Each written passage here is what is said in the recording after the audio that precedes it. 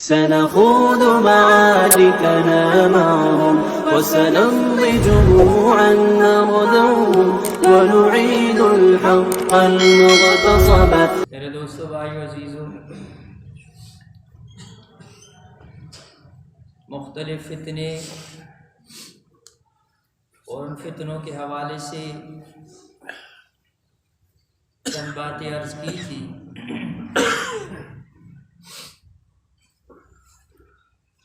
ان بڑے فتنوں میں سے ایک فتنہ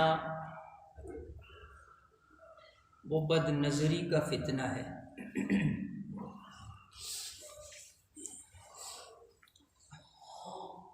اور علماء نے لکھا ہے کہ یہ بد نظری ام الخبائث، گناہوں کی بنیاد، اور کئی بڑے بڑے گناہوں کی وجہ جو بنتی ہے وہ یہ بد نگاہی، بد نظری، نظروں کی آوارگی، یہ بہت بڑے بڑے گناہوں کا سبب بنتی ہے۔ آپ کے سامنے سورہ نور کی آیت نمبر 30 تلاوت کی ہے،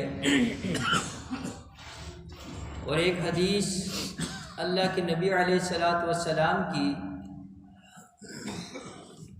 جس کو الترغیب و ترہیب کے اندر نقل کیا گیا ہے۔ آیت میں اللہ جل شانہ ایمان والوں کو مخاطب فرماتے ہیں، قُل لِّلْمُؤْمِنِينَ يَغُضُّ مِنْ أَبْصَارِهِمْ، اے نبی جی آپ ایمان والوں سے فرما دیجئے وہ اپنی نگاہوں کو نیچا رکھا کریں، وَيَحْفَظُوا فُرُوجَهُمْ، اور اپنی شرمگاہوں کی حفاظت کریں، ذَلِكَ أَزْكَىٰ لَهُمْ، یہ ان کے لیے پاکیزگی ہے، طہارت ہے، صفائی ہے۔ ان اللہ خبیر بما یصنعون، بے شک اللہ جل شانہ جانتے ہیں بما یصنعون، جو کچھ وہ کرتے ہیں۔ سب سے پہلے اس آیت کی تفسیر ذہن کے اندر رکھ لیجئے۔ علماء مفسرین نے لکھا، اس آیت کے اندر اللہ جل شانہ نے تین چیزوں کی طرف اشارہ کیا ہے۔ ایک اس کے اندر وہ تعذیب ہے، اور اسی طرح اس کے اندر تنبیہ ہے، اور اسی طرح اس کے اندر تحدید ہے۔ تعذیب، تنبیہ اور تحدید، تین چیزیں اللہ جل شانہ نے اس آیت کے اندر ذکر فرمائی ہیں۔ سب سے پہلی چیز جب فرمایا قُل لِّلْمُؤْمِنِينَ يَغُضُّ مِنْ أَبْصَارِهِمْ، تو یہاں پر تعذیب سکھائی، ادب سکھایا۔ ایمان والو، تقاضا یہ ہے، فرمایا کہ سب سے پہلے تم اپنی نگاہوں کو نیچا رکھو، یہ ادب سکھایا اللہ جل شانہ نے۔ اور آگے جو فرمایا وَيَحْفَظُ فُرُوجَهُمْ، مفسرین نے لکھا کہ گویا کہ ابتدا کی آنکھوں کو جھکانے سے، انتہا کی شرمگاہ کی حفاظت سے، تو اس میں اشارہ اس بات کی طرف ہے کہ ابتدا نظر سے ہوتی ہے، اور اس کا اختتام جا کر شرمگاہ کے اوپر ہوتا ہے۔ گویا کہ جب پہلی غلط نظر پڑتی ہے، یہ آگے جا کر زنا کا باعث اور سبب بن جاتی ہے۔ لہذا فرمایا کہ یہ ادب کا تقاضا یہ ہے، تعذیب یہ ہے۔ اور اس کے بعد تنبیہ فرمائی، فرمایا کہ دیکھو اگر تم اپنی نگاہوں کو نیچا کر لو گے تو کیا ہوگا؟ تو اللہ جل شانہ فرماتے ذَلِكَ أَزْكَىٰ لَهُمْ، اے نبی جی ان لوگوں سے فرما دیجئے جب اپنی نگاہوں کو نیچا کر لیں گے تو ہم ان کو پاکیزگی دے دیں گے۔ کس چیز کی پاکیزگی؟ مفسرین نے لکھا دل کی پاکیزگی، قلب کی پاکیزگی، اللہ تقوی طہارت عطا فرما دیں گے، اللہ پاک دل کا سکون عطا فرما دیں گے، اللہ چین عطا فرما دیں گے، اللہ خشوع اور خضوع عطا فرما دیں گے، اللہ عبادت میں لذت عطا فرما دیں گے، اللہ وسوسوں سے جان چھڑا دیں گے۔ جو وسوسے عبادت کے اندر مخل ہوتے ہیں اللہ ایسے وسوسوں سے نجات دے دے گا۔ وہ چیزیں جس کی وجہ سے عبادت میں لذت نہیں آتی ہے وہ بد نظری کی وجہ سے ہے۔ ہر بندہ یہ گلہ اور شکوہ کہ ہمارا دل نماز کے اندر نہیں لگتا، عبادت کے اندر نہیں لگتا، ذکر کے اندر نہیں لگتا اور تلاوت کے اندر نہیں لگتا، تو یہاں پر اللہ جل شانہ فرماتے ہیں جو ایمان والا اپنی نگاہوں کو نیچا کر لے گا ذالک ازکی لہم، فرمایا یہ اس کے لیے پاکیزگی کا باعث بن جائے گا، اور جب دل پاک ہو جائے گا پھر عبادت میں بھی لذت آ جائے گی۔ جب دل پاک ہوگا نماز بن جائے گی، جب دل پاک ہوگا سارے کا سارا جسم اس کے تابع ہوگا، جب دل پاک ہوگا اللہ جل شانہ ایمان کی وہ حلاوت نصیب فرما دے گا جس کا اشارہ اللہ کے نبی علیہ الصلوۃ والسلام نے حدیث میں کیا اور میں نے آپ کے سامنے اس کا ذکر کیا۔ فرمایا النظر سہم من سہام ابلیس، اللہ کے نبی علیہ الصلوۃ والسلام فرماتے ہیں نظر شیطان کے تیروں میں سے ایک تیر ہے، اور ایک دوسری روایت کے اندر آتا ہے سہم مسموم، فرمایا کہ ایسا تیر ہے جو زہر کے اندر بجھا ہوا ہے۔ زہر کے اندر بجھا ہوا کیوں؟ اس لیے کہ جو تیر زہر میں بجھ جاتا ہے پھر اس کا اثر بھی جلدی ہوتا ہے۔ فرمایا کہ یہ شیطان کے تیروں میں سے ایک تیر ہے۔ من ترکہ خوفا من اللہ، جو اللہ کے ڈر اور خوف کی وجہ سے اس بد نگاہی کو بد نظری کو چھوڑ دے گا، اپنی نظر کی حفاظت شروع کر دے گا، آتا اللہ ایمانا، فرمایا اللہ اس کو ایسا ایمان عطا فرمائے گا یجد حلاوتہ فی قلبہ، کہ جس کی حلاوت اپنے دل کے اندر محسوس کرے گا۔ آج جو عبادت کے اندر لذت نہیں ہے، آج جو نماز کے اندر خشوع نہیں ہے، آج جو خضوع نہیں ہے، آج جو اللہ کی طرف توجہ نہیں ہے، تو میرے بھائی اس کی بنیاد علماء نے لکھا، فرمایا کہ یہ ساری کی ساری بنیاد یہ نظر ہے، اور علماء نے لکھا کہ شیطان کے لیے سب سے بڑا دروازہ دل میں داخل ہونے کا وہ یہ نگاہ ہے۔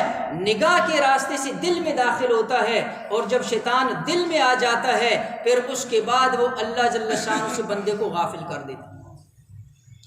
تو اللہ جل شانہ تنبیہ فرما رہے ہیں نگاہوں کو نیچا کر لو، یہ تمہارے لیے پاکیزگی کا باعث ہوگا۔ اور تیسری چیز اللہ نے پھر تحدید ہے، اللہ خبردار کر رہا ہے کہ تم اللہ کو ایسے نہ سمجھو، تم یہ سمجھتے ہو تمہاری نظر کی خیانت اللہ کے علم میں نہیں ہے۔ اللہ جل شانہ نے دوسری جگہ سورہ غافر کے اندر فرمایا یعلم خائنۃ الاعین وما تخفی الصدور، فرمایا کہ اللہ جل شانہ تمہارے خائنۃ الاعین وما تخفی الصدور، تمہاری نظر کی خیانت اللہ کے علم کے اندر ہے۔ کیا مطلب؟ آپ ایک مجلس کے اندر بیٹھے ہوئے ہیں، آپ کی کسی کے اوپر نظر پڑتی ہے، اب آپ نے اس کو کس نیت سے دیکھا، کیسے دیکھا؟ راستے پر جا رہے ہیں، آپ کی نامحرم کے اوپر نظر پڑی ہے، پاس بیٹھنے والے کو بھی پتہ نہیں ہے، لیکن میرے اللہ نے خبردار کر لیا کہ تمہارے ساتھ والے کو تو پتہ نہیں ہے، لیکن ایک ذات ہے جو عرشوں کے اوپر سے تمہیں دیکھ رہی ہے، ایک ذات ہے جو تمہاری نظروں کی خیانت کو جانتی ہے، ایک ذات ہے جو تمہارے دل کے اندر وسوسے اور منصوبے کو جانتی ہے، ایک ذات ہے جو تمہاری اندر نیتوں سے واقف ہے، ایک ذات ہے جس کو پتہ ہے کہ تم نے اس کو کس نیت سے اور کس نظر سے دیکھا۔ لہٰذا تیسری چیز جو اللہ جل شانہ یہاں پر فرمایا کہ تحدید ہے ان اللہ خبیر بما یصنعون، کو گویا کہ حضور علیہ الصلوۃ والسلام کو فرمان کہ ان کو بتا دیجئے، اس امتیوں کو بتاؤ کہ جو بھی یہ کر رہے ہیں، جس جگہ پر کر رہے ہیں، پردے گرانے سے رب کی نگاہوں سے اوجھل نہیں ہو سکتے ہو، دروازہ بند کرنے سے اللہ کی نگاہ سے اوجھل نہیں ہو سکتے ہو، لہٰذا اس وقت اس لیے علماء نے لکھا بڑے گناہوں میں سے اور سب سے زیادہ گناہوں میں سے، اور ایسا گناہ جس کے اندر اکثر ہر بندہ جو ہے وہ اس کے اندر ملوث ہے، وہ بد نظری کا گناہ ہے، وہ بد نگاہی کا گناہ ہے۔ اور اس کے نقصانات کتنے بڑے بڑے ہیں، کتنے بڑے بڑے نقصانات ہیں۔ آپ ذرا اندازہ کیجئے گا کہ کتنے بڑے بڑے نقصانات ہیں۔ علماء نے عجیب بات لکھی، فرمایا کہ قابیل نے جو حابیل کو قتل کیا تھا تو قابیل کی نظر حابیل کی بیوی کے اوپر پڑی تھی، اور قابیل حابیل کی بیوی کی خوبصورتی کو دیکھ کر اس ایک بری نظر کا اثر یہ ہوا اس نے اپنے بھائی کو قتل کر دیا۔ اور قرآن کے اندر اس کا ذکر، اور دنیا میں حتیٰ کہ حدیث کے اندر یہ آتا ہے قیامت تک جتنے قتل ہوں گے ان سارے قتلوں کی سزا بھی جو ہے اسی قابیل کے حصے کے اندر آئے گی۔ اس لیے کہ فرمایا کہ جو کسی گناہ کی بنیاد بنتا ہے، جو کسی گناہ کی ابتدا کرتا ہے، جب تک وہ گناہ ہوتا رہتا ہے اس کو بھی اس کے اندر بدلہ ملتا رہتا ہے، اور جو کسی نیکی کی بنیاد بنتا ہے جب تک وہ نیکی ہوتی رہتی ہے بنیاد رکھنے والے کو بھی ثواب ملتا رہتا ہے۔ اور اسی طرح قرآن کے اندر آپ سنتے رہتے ہیں زلیخا اور یوسف علیہ السلام کا واقعہ۔ زلیخا کی بری نظر پڑی، اور آپ اندازہ کیجئے کہ یہ بد نظری کتنی رسوائی والی چیز ہے کہ اللہ نے اس کا ذکر قرآن کے اندر کر دیا۔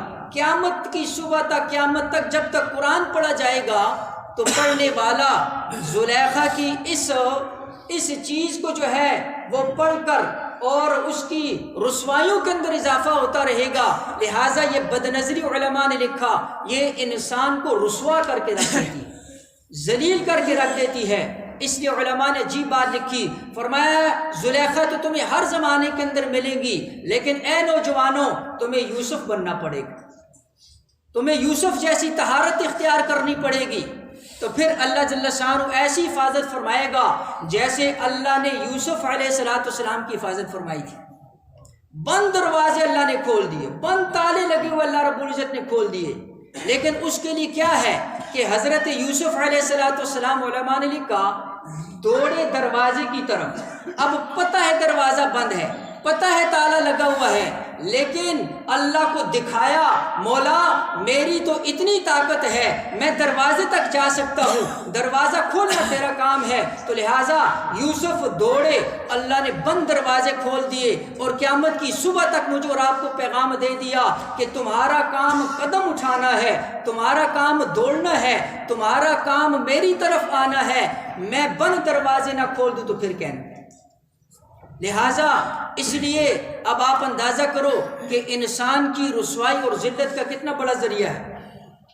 اسی طرح اگر آپ دیکھیں گے تو بد نظری کے لیے متعلق ابن جوزی رحمہ اللہ کتاب لکھی، اور اس کتاب کے اندر انہوں نے واقعہ لکھا۔ مصر کی جامع مسجد کا مؤذن ہے۔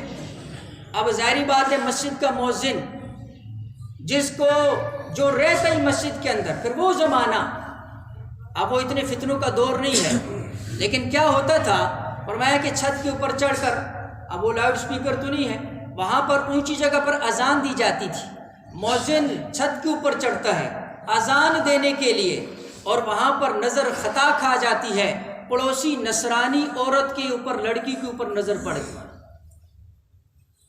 اور اس ایک بد نظری کا اثر ایسا ہوا، اس کی ایسی محبت کے اندر گرفتار ہوا کہ نماز کے بعد دروازے پر چلا گیا، باپ سے بات ہوئی، اس نے کہا غیر شادی شدہ ہے، اس نے کہا شادی کرنا چاہتا ہوں، کہا شادی کے لیے میں تیار تو ہوں، لیکن اس کی شرط یہ ہے کہ تمہیں نصرانیت عیسائی مذہب قبول کرنا پڑے گا۔ ایسا اس شہوت کے اندر بہکا کہ اس نے عیسائیت مذہب قبول کرنے کے لیے تیار ہو۔ اور ابن جوزی رحمہ اللہ لکھا اس کے والد نے کہا اچھا بات تفصیل سے کرتے، اوپر چھت کے اوپر چڑھتے ہیں، چھت کے اوپر چڑھتے ہوئے سیڑھیوں سے پاؤں سے جو ہے پاؤں پھسلا اور نیچے آ کر گردن ٹوٹ گئی، اور اسی حالت کے اندر موت آ گئی۔ تو کہا کہ نہ خدا ہی ملا نہ مثال صنم، نہ ادھر کے رہے نہ ادھر کے رہے۔ ایک بری نظر کا اثر یہ ایسے ہوا کہ دنیا کے اندر سے جو ہے بغیر ایمان کی حالت کے اندر چلا گیا۔ اور علماء نے واقعہ لکھا، ایک اللہ والے نے ایک بندے کو دیکھا بیت اللہ کے اندر طواف کر رہے ہیں، اللہم انی اعوذ بک منک، اللہم انی اعوذ بک منک، بس ایک ہی رٹ لگائے جا رہے ہیں۔ وہ 7 چکروں میں اس کے ساتھ، آخر اس سے پوچھا بھائی معاملہ کیا ہے؟ اور بھی بڑی دعائیں ہیں، تو ایک ہی دعائیں، اے اللہ میں تجھ سے تیری ذات کی پناہ چاہتا ہوں، تیرے عذاب سے، تیرے، اس طرح معنی مفہوم بن جائے۔ کہا اور بھی دعائیں ہیں، یہ ایک ہی دعا کیوں کرتے جا رہے؟ تو کہا میری آنکھ دیکھو، آنکھ دیکھی، ایک آنکھ ہے ایک نہیں ہے۔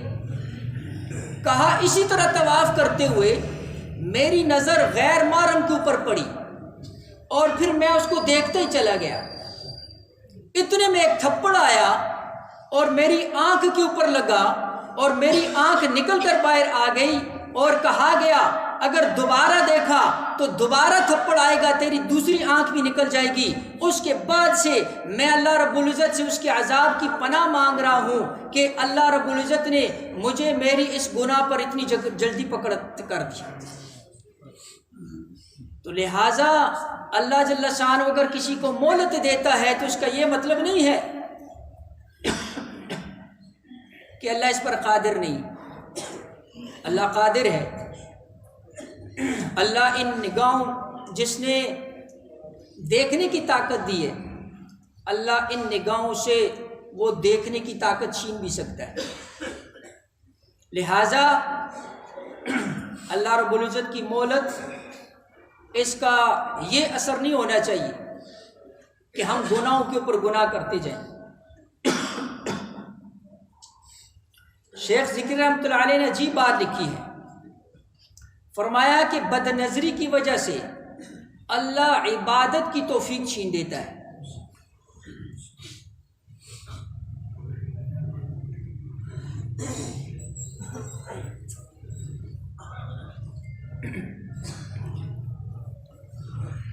اور ایک عالم نے لکھا کہ اللہ بد نظری کی وجہ سے قرآن کی تلاوت کی توفیق چھین لیتا ہے۔ جو نظر اللہ کے غیر کی طرف اٹھتی ہے، اللہ جل شان کی ذات عالی بڑی غیرت والی ذات ہے، اس لیے ایک عرب نے لکھا کہ یہ نظر تو وہ ہے جس سے اللہ جنت کے اندر اپنی ذات کا دیدار کروائے گا، لہٰذا اس نظر کو کیسے دیدار ہو سکتا ہے؟ رب کریم کا، جو شیطان رجیم کے کہنے سے اس نظر کو ہمیشہ اٹھائے پھرتا ہے، فرمایا کہ یہ جنت میں رب کا دیدار بھی نہیں کر سکتا ہے۔ اس لیے اس وقت بد نظری بہت زیادہ عام ہے۔ آپ نے اکثر دیکھتے ہیں نوجوانوں کے اندر خودکشیاں زیادہ ہو رہی ہیں، طلاقوں کی شرح زیادہ ہو گئی، گھروں کے اندر میاں بیوی کے لڑائی جھگڑے زیادہ ہو گئے، شوہر بد اخلاق ہو گئے ہیں،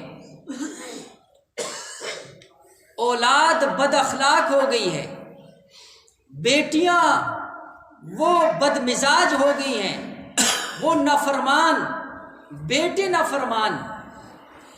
آپ اگر بنیاد کے اندر جائیں گے تو آپ کو ان ساری چیزوں کی بنیاد کے اندر اکثر جو چیز ہے وہ بد نظری ہے۔ یہ بد نظری کی ابتدا ہوئی، کھٹک پیدا ہوئی، اس کا اثر دل کے اندر ہوا، اس سے شہوت پیدا ہوئی، اس سے عشق کے اندر مبتلا ہوا، اور جب وہ چیز حاصل نہ ہوئی، آج دیکھ لو گھروں کے اندر کتنی بیٹیاں گھروں سے جو ہے نا وہ باغ، اور اولاد چھپ کر جو ہے نا وہ نکاح، اور اسی طرح بے پردگی، یہ ساری کی ساری چیزوں کی بنیاد۔ آپ پاگل خانوں کے اندر جاؤ، کتنے نوجوان ایسے ملیں گے اس دنیاوی مخلوق کی محبت کے اندر گرفتار ہو کر ان کی عقلوں نے کام چھوڑ دیا. کتنے خودکشیاں کرنے والے ان کے آپ بنیاد کے پیچھے جائیں، اس کی بنیاد بھی یہی عشق مجازی. لہٰذا ان سب کی بنیاد جو بنی، فرمایا کہ وہ بد نظری بنی. اور یہ ایسا گناہ ہے جو جب تک اپنے اوپر جبر نہیں کرو گے تب تک نہیں چھوٹے گا. ایک عالم کی بات بہت پسند آئی. کہا کہ دیکھو شیطان جو گناہ کرواتے ہیں نا، وہ کیا کہتے ہیں؟ کہتے ہیں آج گناہ کر لو کل نہیں کرنا ہے، آج گناہ کر لو کل توبہ کر لینا ہے. تو انہوں نے کہا کہ جس طرح شیطان تمہیں یہ وسوسہ ڈالتا ہے کہ آج کر لو کل نہیں کرنا، جب کل آتا ہے پھر کہتا ہے کہ آج کر لو کل نہیں کرنا، اور اسی طرح وہ تمہیں لے کر چلتا ہے. کہا اس شیطان کے ساتھ ایسا ہی معاملہ کرو، جب شیطان کہے کہ آج نہیں، آج کر لو کل نہیں کرنا، تو شیطان کو کہو کہ آج نہیں کروں گا کل کر لوں گا. اور جب کل آئے تو پھر کہو آج نہیں کروں گا کل کر لوں گا. جب پھر آئے تو ان عالم نے یہ فرمایا کہ اللہ کی ذات سے یہ امید ہے، یہ ایسا مجرب نسخہ ہے کہ وہ گناہ بھی اللہ چھڑوا دیتا ہے کہ جس کے چھوٹنے کی انسان سمجھتا ہے کہ کبھی مجھ سے چھوٹ ہی نہیں سکتے. یہ تجربہ کر. شیطان کو بھی ایسے ہی کہو. لہذا نفس پر قابو رکھنا ہے اور نظر کو جھکانا. حکیم اختر صاحب رحمہ اللہ بڑی شخصیت گزرے ہیں کراچی کے اندر، بڑی عجیب بات فرمایا لوگ کہتے ہیں ولایت مشکل ہے، اس وقت ولی بننا مشکل ہے، تو فرماتے ہیں ولایت تو بازاروں میں ملتی ہے. عجیب بات ہے. کہا ولایت تو بازاروں میں ملتی ہے. کہا حضرت کیسے؟ کہا بازار کے اندر جا رہے ہو ضرورت کی وجہ سے، نمارم آ گئی سامنے، نظر جھکا لو، اللہ اپنا ولی بنا دے گا. اس لیے کہ حدیث خود میں نے آپ کے سامنے جو حدیث اللہ جل فرماتے ہیں یجد حلاوتہ فی قلبہ، اللہ ایسا ایمان دے گا کہ اس کی حلاوت، اس کی مٹھاس اپنے دل کے اندر محسوس کرے گا. لہٰذا یہ نظر جو ہے یہ بنیاد ہے، یہ پہلی سیڑھی ہے، یہ آگے جا کر بڑے بڑے گناہوں کا باعث اور سبب بنتی ہے. اور آخری بات عرض کروں کہ اس وقت بد نظری تو ہے ہی ہے. ایک بد نظری وہ ہے جو عام بازاروں کے اندر ہر جگہ بے پردگی بے حیائی کی وجہ سے. ایک بد نظری تنہائی کا گناہ، خلوت کا گناہ جس کو کہتے ہیں. صوفیاء علماء کہتی ہیں کہ جو بندہ تنہائی کے اندر جس کا ہے وہ اسی کا ہے. اور ایک روایت تو بہت سخت، اس کا ذرا مفہوم عرض کروں گا. ایک بہت بڑے عالم نے وہ روایت نقل کی ہے اور کہا کہ جو بندہ تنہائی کے اندر اللہ کی نافرمانی کرتا ہے، خلوت کے اندر اللہ کو ناراض کرتا ہے، جب وہ جلوت کے اندر کوئی نیک عمل کرتا ہے تو اللہ جل شانہ فرماتے مجھے تیرے اس نیک عمل کی کوئی ضرورت نہیں. گویا کہ تو لوگوں کے سامنے تو نیک بن رہا ہے، لیکن تنہائی کے اندر گویا کہ تو جب نافرمانی کے اندر لگا ہوا ہے، بد نظری کے اندر لگا ہوا ہے، بد نگاہی کے اندر لگا ہوا ہے. اور آج تنہائی کے گناہوں کا سب سے بڑا ذریعہ سیل فون. اسے ایک عالم کہتے ہیں سیل فون نہیں ہیل فون. اور یہ فون نہیں، یہ خون ہے عزتوں کا، ادب کا، اخلاق کا، تقوی کا، خشوع کا، اللہ کی رضا کا، ہر چیز سے جو ہے. مفتی تقی عثمانی صاحب دامت برکاتہم العالیہ فرماتے ہیں جس بندے کو اپنے اوپر یہ گمان ہے کہ وہ اس کا صحیح استعمال کرے گا اور قصداً جو ہے گناہوں کے اندر نہیں پڑے گا اور اس کی وجہ سے نافرمانی کے اندر نہیں پڑے گا، اس کے لیے تو استعمال ٹھیک ہے۔ اور جس کو اپنے اوپر اس کا باور نہیں ہے، جس کو یقین نہیں ہے، تو حضرت تقی عثمانی صاحب دامت برکاتہ العالیہ کا فتویٰ ہے، فرماتے ہیں کہ اس کے لیے اس فون کا استعمال کرنا ناجائز ہے۔ اور ایک اور اس سے بھی سخت بات معذرت کے ساتھ علماء نے لکھا، جب یہ موبائل بے نکاحی لڑکی کے ہاتھ کے اندر دے دیا تو فرمایا کہ اب گھروں کے اندر پردے لٹکانے کی ضرورت کوئی نہیں، اخلاق کا، ادب کا، ہر چیز کا جنازہ نکال دو۔ اس لیے ایک گزارش یہ ہے کہ ہم شعوری طور پر گناہ کے اندر مبتلا نہ ہوں۔ شعوری کا کیا مطلب ہے؟ یعنی ہم سمجھتے ہیں، ہمیں پتہ ہے کہ یہ چیز اس وقت گناہ بن رہی ہے اور ہم شعوری طور پر جو ہے کسی گناہ کا ارتکاب نہ کریں۔ ہاں غیر شعوری کے اندر اچانک کوئی ایسے، جیسے روایت کے اندر آتے حضرت جریر رضی اللہ تعالیٰ عنہ نے، انہی کے متعلق ہے، انہوں نے پوچھا حضور علیہ السلام سے کہ جی اچانک اگر نظر پڑ گئی کسی چیز کے اوپر تو پھر کیا کیا جائے؟ تو اللہ کے نبی علیہ السلام نے فرمایا اصرف بصرک، اپنی نظروں کو پھیر، اچانک نظر پڑ گئی اپنی نظر کو پھیر۔ اس نظر پھیرنے پر اللہ جل شانہ کیا انعام کرے گا یہ آپ تجربہ کر کے دیکھ۔ اس لیے میرے بھائیو گزارش یہ ہے کہ جب تک اپنے آپ کو خود نہیں بچائیں گے نا، بچنا مشکل۔ اور یہ ایک ایسا دریا ہے، علماء نے لکھا کہ جس سے بڑھاپے کے اندر بھی پھر جان نہیں چھوٹے گی۔ پاؤں قبر کے اندر لٹکے ہوئے ہیں تب بھی وہ بدنظری کے گناہ کے اندر مبتلا ہے۔ کیوں؟ اس لیے کہ یہ سب سے آسان ہے۔ کسی راستے کے اندر بیٹھے ہو، کسی کو کیا پتہ کیوں بیٹھے ہو، لہٰذا یہ ایسا گناہ ہے جو موت تک جان نہیں چھوڑتا ہے۔ اور اس سے بچنے کا طریقہ یہی ہے کہ انسان اپنی تنہائیوں کو جو ہے وہ پاک کر اور تنہائی کے گناہوں سے اپنے آپ کو بچا لے۔ تو اللہ جل شانہ مجھے اور آپ کو سمجھ کر عمل کی توفیق عطا فرمائے۔